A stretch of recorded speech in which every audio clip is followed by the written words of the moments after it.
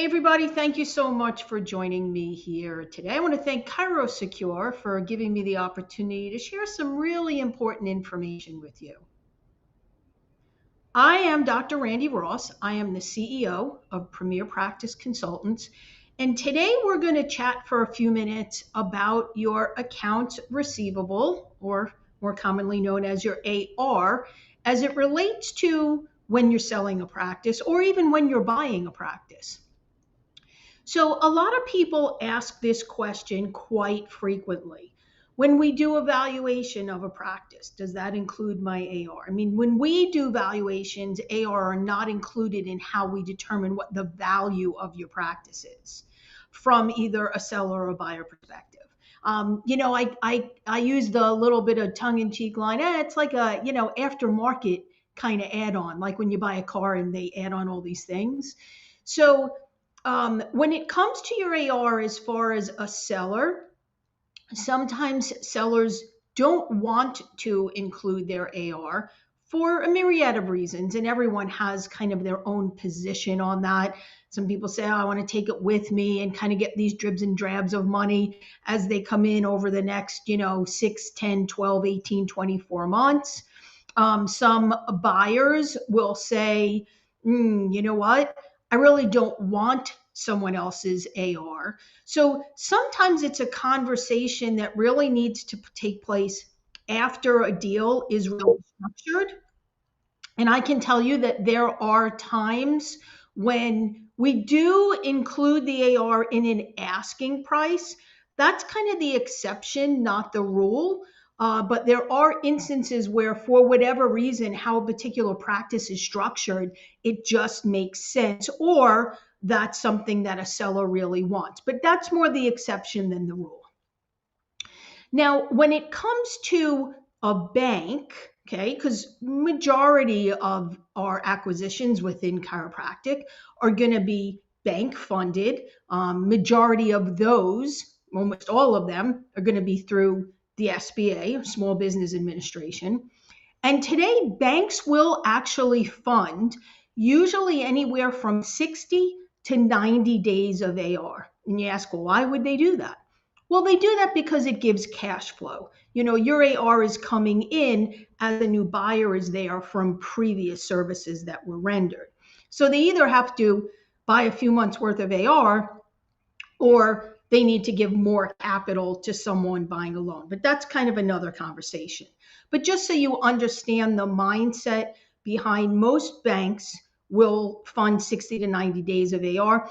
They usually feel after that the likelihood of collections goes down, and even more so the percentage of what you'll collect once we go far into time becomes less and less.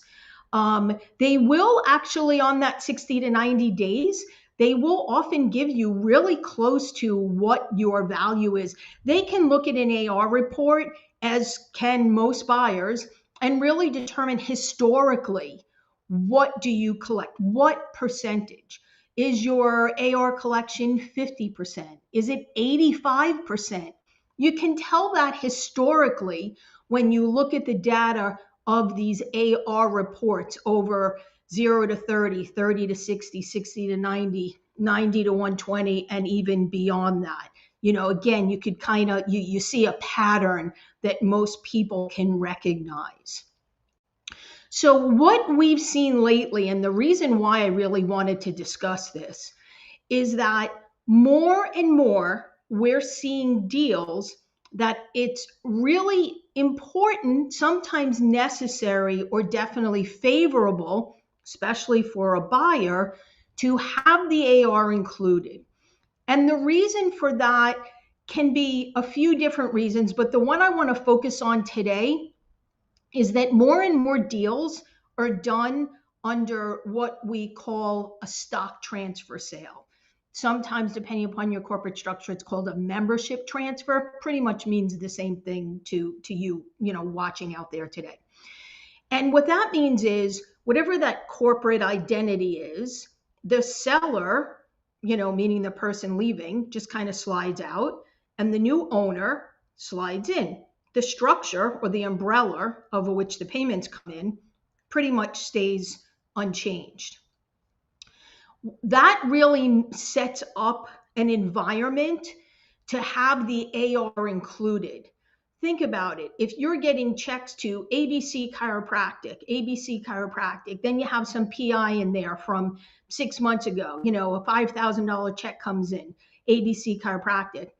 Nobody has to really track it to the extent they would have to track it if you took your AR with you, because it's now all part of that company, your corporation, or whatever your structure is, that buyer, that entity, that investor purchased. Okay, so there's less tracking, and for some buyers, especially more the investor types, they feel that it becomes this logistical bookkeeping nightmare to try and track. Okay, well, we bought this much AR, so anything that comes in older, we have to track. We have to get it into our books. We have to get it out of our books. They have to send you 1099 at the end of the year. For some people, it's not an issue.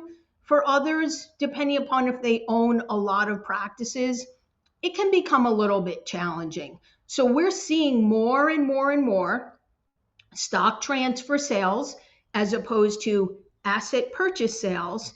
So as a result of that, we're really seeing this AR in a different light than we saw majority of times, even just a few years ago. Even just a few years ago, it was kind of seller-buyer option.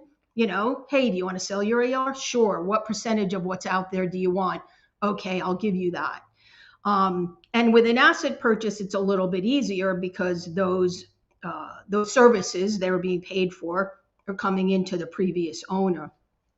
Still can be a little bit logistical, not as much today because most things are direct deposit. The only time we run into a little bit of a squirrely situation with that is if it's PI and the exiting doctor, the seller, treated someone that's now continuing with the new buyer.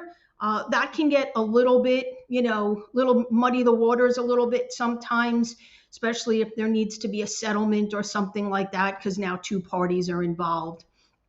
But with an asset purchase, it is doable. Typically, the attorneys will have to have something structured in there that you have to have access to the files for a certain period of time. In the event this AR you have outstanding asks for certain documentation that obviously you wouldn't any longer have. So, again, we're seeing more and more that accounts receivables, it almost makes sense really to have it put into the deal and make it a little bit cleaner, a little bit smoother, and a little bit more streamlined as the new owner takes over. And actually, as the seller, who would be our client, as you leave, you don't have to chase that money. You've gotten probably close to what you would have gotten had you collected and tracked that money. Most people have to wind up paying someone to track it and so on and so forth. So, again, you're done, get out, be clean, don't have to chase your AR, let it be for someone else. And for those buyers out there, even though it might at times seem like a bit of a headache for you to chase somebody else's AR, you really can't look at it that way because it's cash flow for you. It's attached to your business. So it almost makes more sense. Again, not in every single situation, but as time goes on, we're seeing it really make more sense in more and more and more deals, in more and more acquisitions. It just seems like the path of least resistance, the cleaner way to complete the deal, and actually makes it easier for all parties concerned. Obviously, if you wind up in a situation where you are selling or you are buying, consult your attorney because there might be certain specifics that are pertinent to your state or laws that I might not be familiar with that exist everywhere. Well, I want to thank ChiroSecure for having me here today and for letting me spend a few minutes with you. I am Dr. Randy Ross, CEO of Premier Practice Consultants. If you happen to want to reach out to me for any reason, you can find me on the internet. You can find me on every social media platform, Premier Practice Consultants. Have a fantastic day.